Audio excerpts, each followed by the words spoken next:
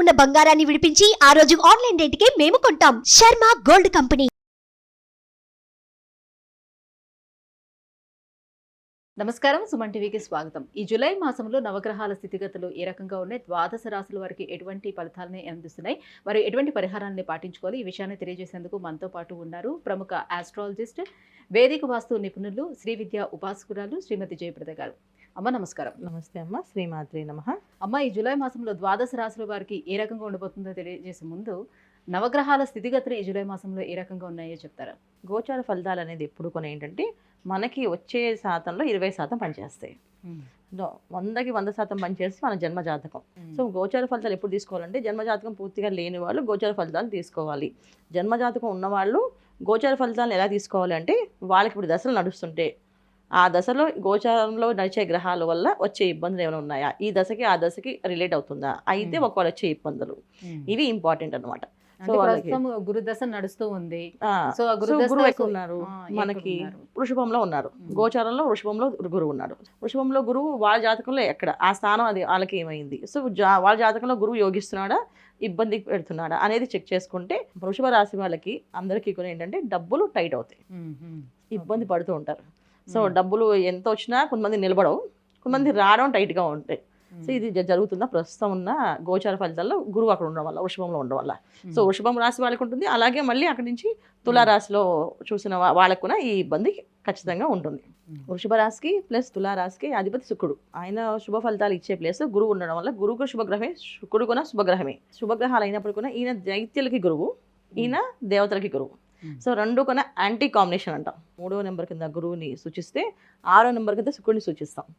So ఎప్పుడైతే వృషభంలో ఎప్పుడైతే ఉన్నారో ఆయన, వృషభ రాశి వాళ్ళకి మనీ సర్క్యులేషన్స్ టైట్గానే ఉంటాయి, అలాగే తులారాశి వాళ్ళకు కూడా మనీ వచ్చినట్టు ఖర్చయిపోతూ ఉంటాయి. తర్వాత వచ్చేసి శని భగవానుడు కుంభంలో ఉన్నాడు మనకి. సో కుంభం నుంచి ఆయన వక్రిస్తున్నాడు. ఈ జూన్ 30 నుంచి నవంబర్ 15 వరకు ఆయన వక్రస్థితిలో ఉన్నాడు ఆయన. సో వక్రస్థితిలో ఉండడం వల్ల దానివల్ల వచ్చే ఫలితాలు ఏంటి? ఓకే, సో 4 రాశుల వాళ్ళకి చాలా ఇబ్బందిగా ఉంటుంది. 4 రాశుల వాళ్ళకి కొంచెం ఉపశమనం కలుగుతుంది, మిగతా 4 రాశుల వాళ్ళకి హ్యాపీగా ఉండే అవకాశం ఉంది. తర్వాత వచ్చేసి మనకి రాహు వ్యయ స్థానంలో మీనంలో ఉన్నారు. సో జనరల్గా మీన స్థానం అంటే ఏంటి మనకి? సో గురువు ఉండే స్థానం అది బృహస్పతి స్థానం. వ్యయ స్థానం అంటే మనకి పూజలు పునస్కారాలు, తర్వాత లైఫ్లో లగ్జరీస్ లైఫ్లో ఉందా లేదా, అసలు ఎలా లైఫ్ లీడ్ చేస్తాం, లాస్ట్ మనం ఎలా చనిపోతాం అనేది కూడా అది చూస్తారు. అక్కడైతే ఎప్పుడైతే రాహు వెళ్ళి ఉన్నదో ఇక్కడ ఏమవుతుంది, జనరల్గా భక్తి చేసే విషయాల్లో చాలామంది కాంప్రమైజ్ అయిపోయి ఇప్పుడు మడి కట్టుకుని చేయాలా, మడి కట్టుకొని చేసుకోకపోతే ఏమవుతుంది అనే లక్షణాల్లో మారిపోతుంటారు.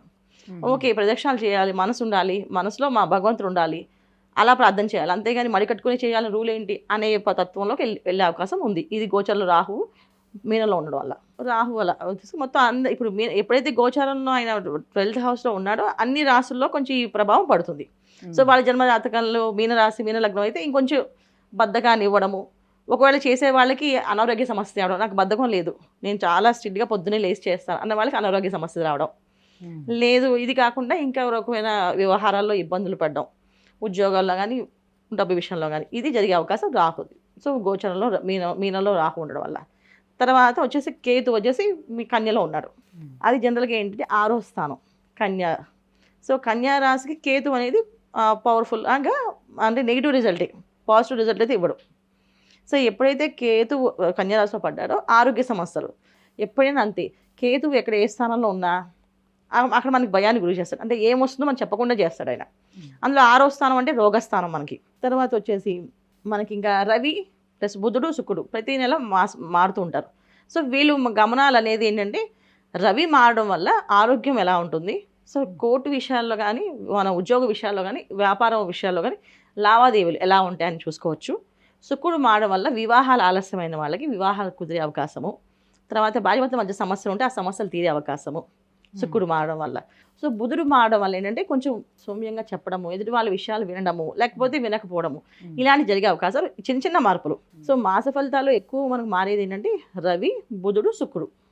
మిగతా వాళ్ళందరూ సంవత్సరం, గురువు తర్వాత రాహు అయితే సంవత్సరాల కాలం, శని భగవాన్ అయితే 2.5 సంవత్సరాల కాలం ఇలా ఉంటారు కనుక మెయిన్ ఫలితాలు వీళ్ళే ఇస్తారు కనుక మనం ఇవి చూసుకుంటూ మాస ఫలితం ఏ రిజల్ట్స్ వస్తాయి అనేది మనం చూసుకొని చెప్పుకుందాం అన్న. అమ్మ, ద్వాదశ రాశుల్లో తులారాశి వారికి ఈ జూలై మాసంలో నవగ్రహాల సంచారం ఎలా ఉంది? తప్పకుండా అన్న. తులారాశి వాళ్ళకి ఈ మాసంలో వీళ్ళు చాలా విషయాలు బాగుంటాయని చెప్పచ్చు, అలాగని బాగాలేదని కూడా చెప్పచ్చు.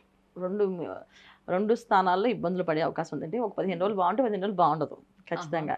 సో వీళ్ళు చాలా జాగ్రత్తగా అన్ని విషయాల్లో కొంచెం ఆచితూచి అడుగులు వేయడం మంచిది. ముఖ్యంగా ఏంటంటే తులారాశి వాళ్ళకి ఆరోగ్యాల విషయంలో జాగ్రత్తగా ఉండడం ఇంపార్టెంట్.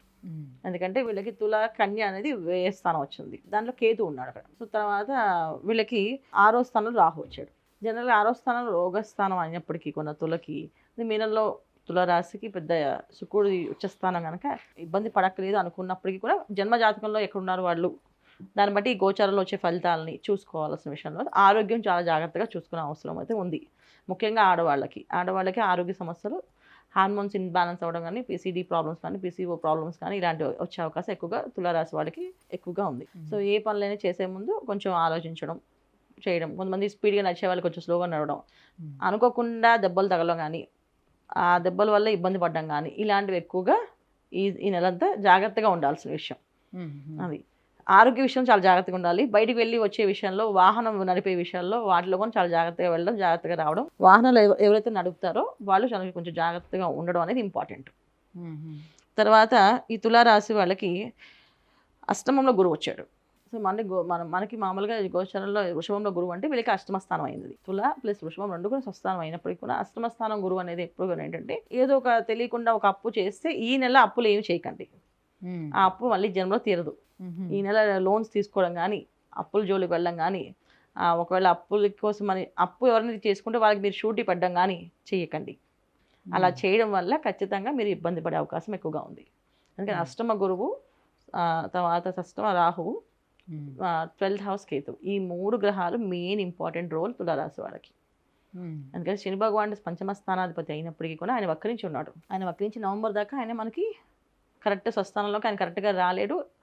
వచ్చినప్పుడు కానీ మనకి ఆ రిజల్ట్ ఇవ్వలేడు నవంబర్ వరకు, 15 వరకు. సో అంతవరకు వీళ్ళు జాగ్రత్తగా ఉండవలసిన విషయం ఉంది కనుక వీళ్ళు ప్రతి విషయం లోన్ల విషయంలో జోలికి వెళ్లకుండా, లోన్లకి షూటీలు పెట్టకుండా, వీళ్ళు తీసుకోకుండా ఈ నెల ఉండగలిగితే చాలా చాలా మంచిది. ఎటువంటి పరిహారాన్ని పాటించాలి ఇందుకోసం? సో తులారాశి వాళ్ళు మెయిన్ పాటించవలసిన ఆరాధన ఏంటంటే, ఆరోగ్యం ఏదైతే ఆడవాళ్ళకి ఇబ్బందిగా ఉందో వాళ్ళు దుర్గా ఆరాధన చేయడం, దుర్గమ్మ వారి పూజించడం. దీనివల్ల వీళ్ళకి ఆరోగ్య సమస్య నుంచి బయటపడే అవకాశంగా ఉంటుంది. తర్వాత ఈ కోర్టు విషయాల్లో కానీ, వ్యవహార విషయంలో కానీ, లోన్ల విషయాల్లో మనం జోలికి వెళ్ళొద్దని చెప్పేసి, ఒకవేళ వెళ్ళి ఆల్రెడీ మేము పెట్టేసామండి ఏం చేయాలి అనే ఆలోచన వస్తే కనుక సుబ్రహ్మణ్య స్వామి ఆరాధన చేయండి, లక్ష్మీ నరసింహస్వామి ఆరాధన చేయండి. సో ఎందుకంటే ఆ యొక్క ఎనర్జీస్ నుంచి బయటపడడానికి వాళ్ళ ఆరాధన చేయడం వల్ల నివారణ ఉంటుంది మనకి. అమ్మ, తులారాశి వారికి ఈ జూలై మాసంలో ఎలా ఉండబోతుంది, ఎలాంటి పరిహారాన్ని పాటించాలి, దైవారాధన చేయాలి, విషయాన్ని తెలియజేసినందుకు ధన్యవాదాలు. శ్రీమాత్రే. సుమన్ టీవీలో మీ పర్సనల్ అండ్ బిజినెస్ ప్రమోషన్స్ కోసం కింది నెంబర్కి కాంటాక్ట్ చేయండి.